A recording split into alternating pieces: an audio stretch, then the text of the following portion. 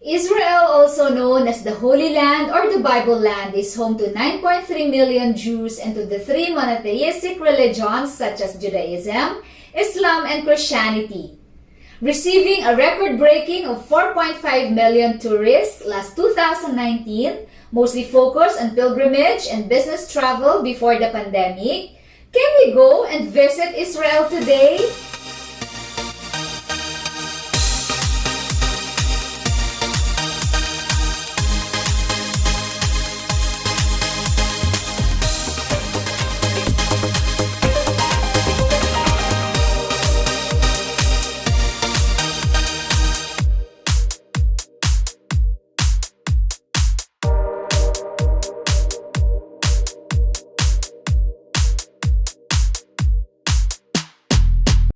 Shalom and mabuhay! My name is Joanne and welcome to our channel, Highlight Tours Philippines. Israel has begun to release travel advisories and protocols for those who are interested to visit Israel. Stay tuned until the end of this video to know the details of this new information.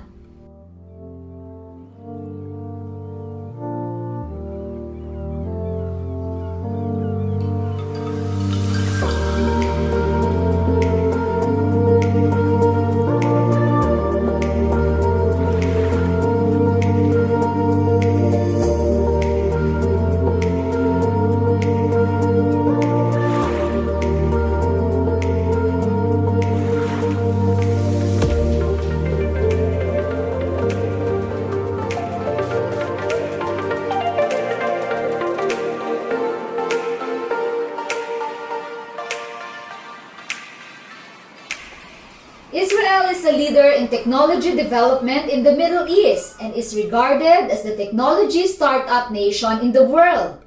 Israel, during this pandemic, is one of the first, if not the first nation to inoculate more than 88% of its population, more than the number required to reach herd immunity.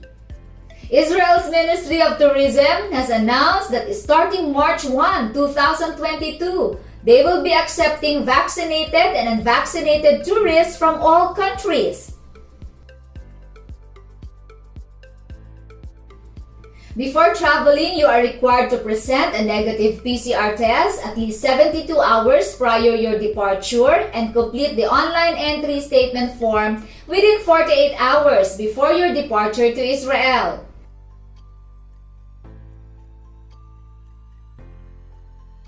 Upon arrival at Ben Gurion Airport, another PCR test will be conducted.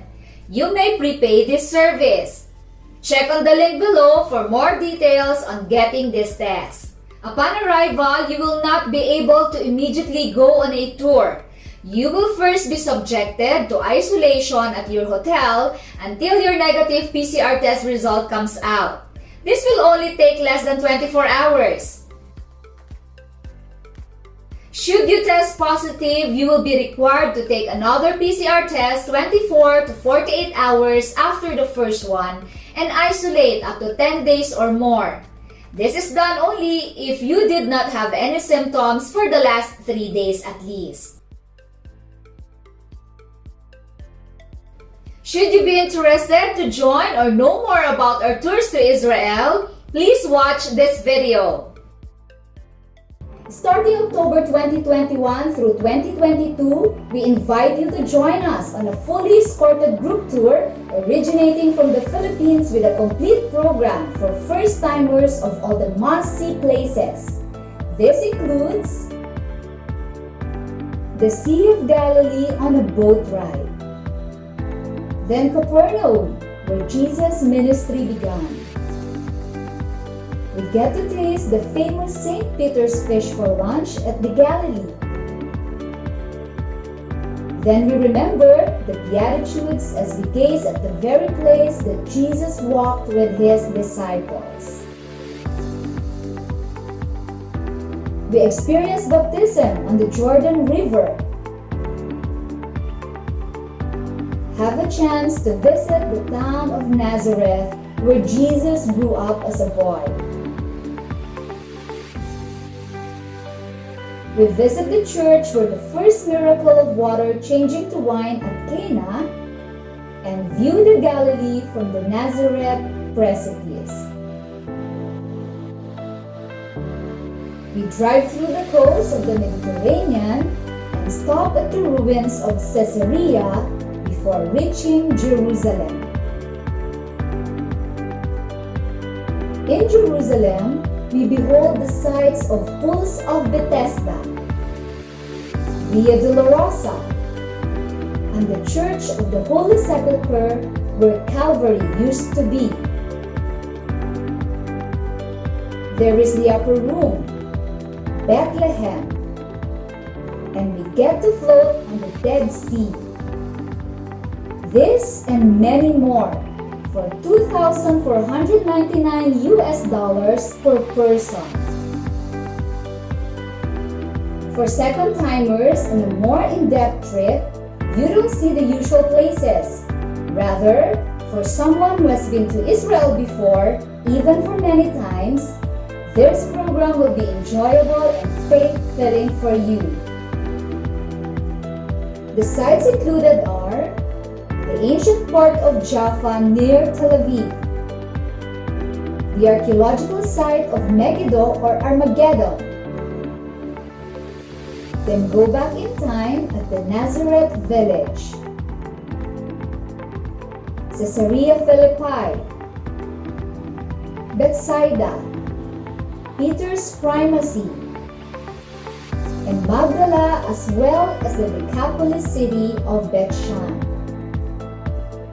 You will remember the Bible stories at Jericho and later get baptized at the original site where Jesus himself was baptized on the Jordan River, Qusr al-Yahud. Visit places like the Southern Steps, Western Wall Tunnels, Cardo, City of David, and Hezekiah's Tunnel. Places that not many tourists have seen for lack of time in Jerusalem. Then conclude your tour with an Arab meal similar to the cuisine of the ancient times. You also have the option to combine both tours for a more extensive tour of Israel and a deeper understanding of the land, Jesus' ministry, and the Jewish people. Join us whether it is one or both of our tours. Do it while you still can. You may not have this opportunity again.